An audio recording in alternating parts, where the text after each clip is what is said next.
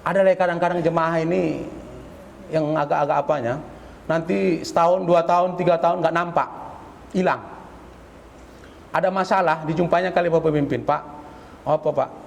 Aku tak petu ayah gitu. Pemimpin ini tahulah, udahlah jemaah susahnya luar biasa.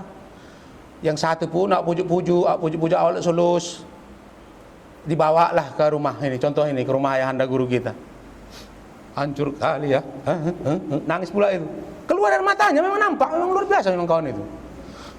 Anakku itu, ya Allah, nangis dia, curhat habis-habisan. Jangan ketawa ya, ini suluk ini, cukup dalam hati. Janji ya. Kenapa rupanya? Gitulah kira-kira ini. Aku udah, nanam duit ya, tapi Kak Ganis lari ya. Hancur kali ini ya. Udah itu jual tanah aku ditoko-tokohi. Cuma caranya berbalik itu, ya tentu seorang wali. Apa disampaikan? Sabar, lakukan ini, lakukan ini, lakukan ini. Setelah berlanjut beberapa hari, beberapa minggu, berhasil anaknya. Apa setelah itu? Suruhlah dijumpailah sama pemimpin. Kau kalau bisa jumpa sama ayah, ucapkan ribuan terima kasih lain sebagainya. Enggak juga, hilang sampai sekarang. Banyak kayak gitu Pak. Saya baru-baru ini ke Pasaman. Saya cerak Pasaman itu di kampungnya Pak Regar, kalau Bapak tahu. Itu di Pasaman itu jam tengah 4, itu orang udah pakai sorban, pakai lobe semua itu. Karena di sana sangat Islami banget, syariat banget di situ. Jadi orang itu paling benci sama orang tarekat. Ya, ada pula situ Tawaju. Satu-satunya katanya, mulai puluhan tahun orang itu mendatangkan ustadz, baru sekali ini katanya ustadz nggak tahu dari mana. Karena kalau tahu orang itu dari tarekat dicekal. Jadi bingung lah ini tokoh masyarakat. Cuma ada satu, kebetulan Marga Rambe itu, bukan Ustadz Rambe ya, itu bukan dia. Dibilang gini, dari mananya Ustadz kita itu katanya. Kawan itu, katanya kawan ini. Dia pun tak pernah ditanyai kali. Karena kalau di sana tamatan pesantren Purwobawa itu bersepah di sana itu. Tukang deres, tukang ajan, tukang jual-jualan sabun, tukang jualan minyak, semua itu tamatan Purwobawa udah biasa di situ. Kalau macam-macam kami ini nggak ada apa-apanya sana itu. Jadi begitulah sampai di sana, gaya saya kan pakai jubah, pakai serban tapi tak berjenggot. Biasanya kalau berserban, berjubah, jubahnya itu agak di atas lutut itu sedikit, di bawah lutut. Nggak tahu lah entah lututnya kepanjangan, entah jubahnya kependekan. Kita nggak tahu lah itu lain cerita itu. Cuma tak berjenggot, berkumis pun tidak. Nah, kan gitu. Cuma karena saya waktu itu pas mau acara, saya pakai pembersih muka. Ada nur di sana. Tapi bukan pon itu bikin itu ya, karena cahaya tadi saya beramal dulu, saya duduk di situ. Ceritalah ini sama saya. Ustadz, izin Ustadz, dari mana Ustadz? Saya dari Pekanbaru, gue bilang. Siapa yang undang Ustadz kemari? Itu bapak itu. Saya tunjuk pimpinan di situ. Kebetulan Pak Haidir kan. Ini jarang nih ke masjid ini katanya. Kok bisa pula jumpa sama Ustadz? Pikir kawan ini, berarti kawan ini pun jarang ke masjid katanya pula kan. Saya pun jaga harga diri juga kan. Itu Pak nggak tahu kok di sana kita Pak memang pengurus masjid, saya bilang. Kan saya pengurus masjid di sana itu. Di sini pengurus masjid. Cuma orang yang ngurus, saya yang nengok. Kan pengawas kan nengok-nengok aja. Nggak pala masuk. Jadi pada saat itu dibilangnya, kalau Bapak dari sana berarti Bapak orang tarekat. Iya Pak, gue bilang. Nggak bisa ditolak lagi. Kata sambutan udah jalan. Nggak mungkin diusir. Apa nggak hancur orang itu acaranya? Kali ini kalau percobaannya ketahuan saya di situ dari tarekat, mau bubar pun orang itu yang malu kan panitia, bukan saya.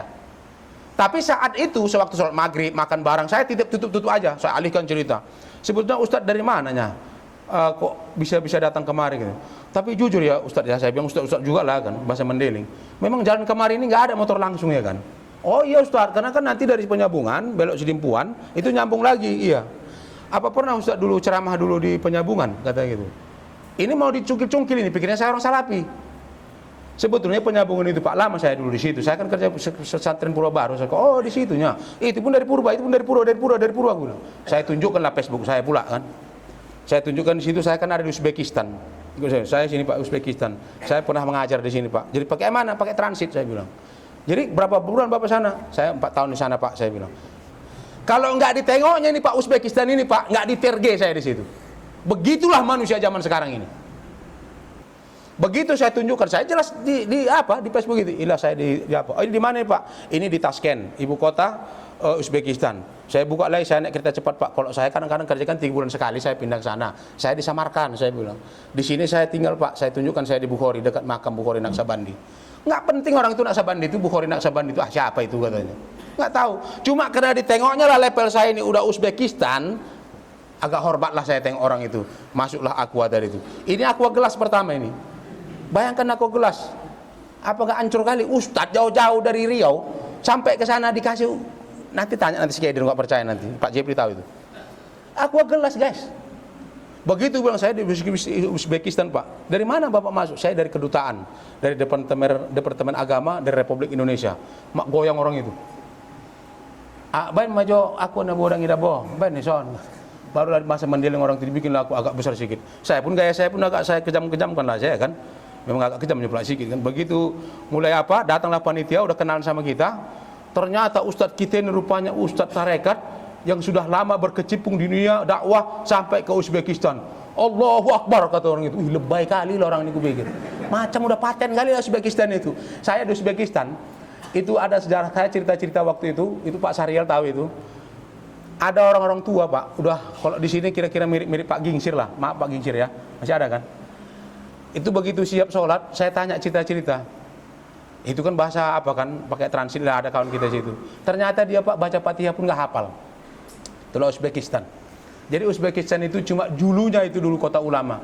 Sekarang jangankan ulama, nggak tahu orang itu yang dijaganya itu sebenarnya siapa. Yang penjaga makom itu siapa sebenarnya itu nggak tahu itu. Karena jemaah-jemaah di situ banyak-banyak Hanafi. Masjid itu per kabupaten satu. Nah sampai kita ke laptop, setelah dipertanyakan oleh mereka tadi, tarekat ini tadi nggak dianggap sama orang itu.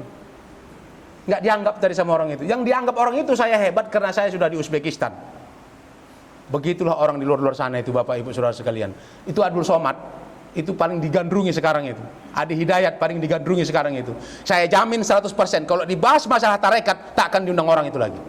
Saya jamin itu. Padahal Abdul Somad itu pemain tarekat itu.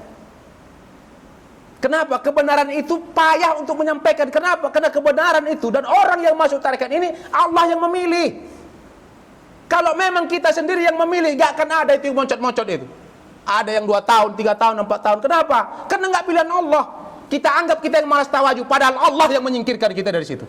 Tak suka Allah nengok kita. Ini bapak ini calon-calonnya saya tengok ada nih. Kalau ibu-ibunya mudah-mudahan adalah satu yang sebelah sini itulah. Nah, cuma ya mudah-mudahan amin, jangan ya, amin jangan, nggak usah. Bahagia kita Pak di muka bumi ini, tiba-tiba kita berubah menjadi melarat. Begitu saya ceramah, Assalamualaikum warahmatullahi wabarakatuh. Saya baca lah Nur Alan Nur, biar panjang ayatnya. Kebetulan itu yang hafal awak kan. Walaqad anjalna ilaikum ayati mubayyinati mubasalah. Nur Alan Nur bla bla bla sampai panjang. Nanti pun hadis itu pun nanti an Abi Hurairah bla bla sampai panjang. Jadi ada sekitar 5 menit. Orang itu pun mulai lah begini tengok. Itu muqaddimah aja pun orang itu udah yakin. Ini yakin awak ini kan. Kebetulan masjid orang itu belum siap. Jendelanya gini. Ini kan orang ini Pak, semua ustadz yang datang kemari diwajibkan untuk mengarahkan umat di situ agar sholat di masjid. Tak ada yang lain, konsep yang lain ustadz di situ. Semua ustadz apapun dia bentuknya, gelarnya dari manapun dia datang ke situ, pasti didatangi oleh BKM-nya, arahkan umat di sini Pak supaya rajin sholat ke masjid. Jadi tokoh masyarakatnya, ketua panitianya, protokolnya, semua bicara. Molo adong do senari ustadon, kalau bisa rajin kita ke masjid.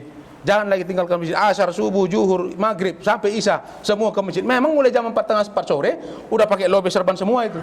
Sampai nanti subuh. Saya ustadz datang sana ya kan pakai tas, baju kaos, pakai kacamata hitam, pakai topi KDM, baru celana li. Mana ustadznya katanya? Itu katanya. Untunglah jamaah yang nanya. Kalau sempat orang itu nengok saya ustadz di situ Pak, proses orang itu. Tak jadi pun jadi kata orang itu. Ruh yang berbicara tadi. Kita hadirkan guru mursyid tadi itu selesai Pak semua. Pertama saya ceramah, saya cari kesalahan dan yang tak pantas yang dilakukan orang itu. Apa itu kesalahan orang itu? Kenapa rajin orang sholat ke masjid, tapi masjid yang kecil aja pun tak siap-siap. Nah, ini nanti konteksnya saya sampaikan ini. Begini saya bilang. Ma'asyiral muslimin rahimakumullah. Bahwasanya sholat itu wajib dilakukan dan Bapak Ibu sudah asli memang betul-betul melaksanakan syariat Allah, syariat Rasulullah dan semua perintah-perintah agama Bapak lakukan. Tapi bukan itu yang mau kita lakukan. Hasil dari sholat itu apa? Kalau memang bapak ibu sholatnya diakui Allah Subhanahu Wa Taala, nggak mungkin masjid ini pak nggak punya kaca ini, saya bilang. Mak, mulai proses.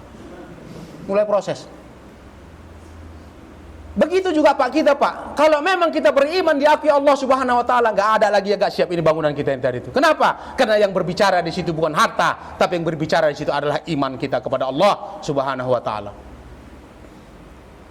Jadi memang kita muliakan orang yang sholat di masjid itu, kita muliakan. Kita pun juga sholat di masjid.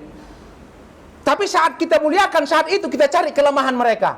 Kenapalah kalau memang sholat bapak itu betul-betul menghadap Allah, betul-betul cinta kepada masjid, melaksanakan syariat Islam, kenapa jendelanya pak nggak siap? Kutanya panitia, ma 3 tahun on ustad, nah si dungon nahon, aku bilang 3 tahun deh ustad, 3 tahun. Coba Alkah Jabal Rahmah itu tadi itu, Balam itu 3 bulan selesai guys.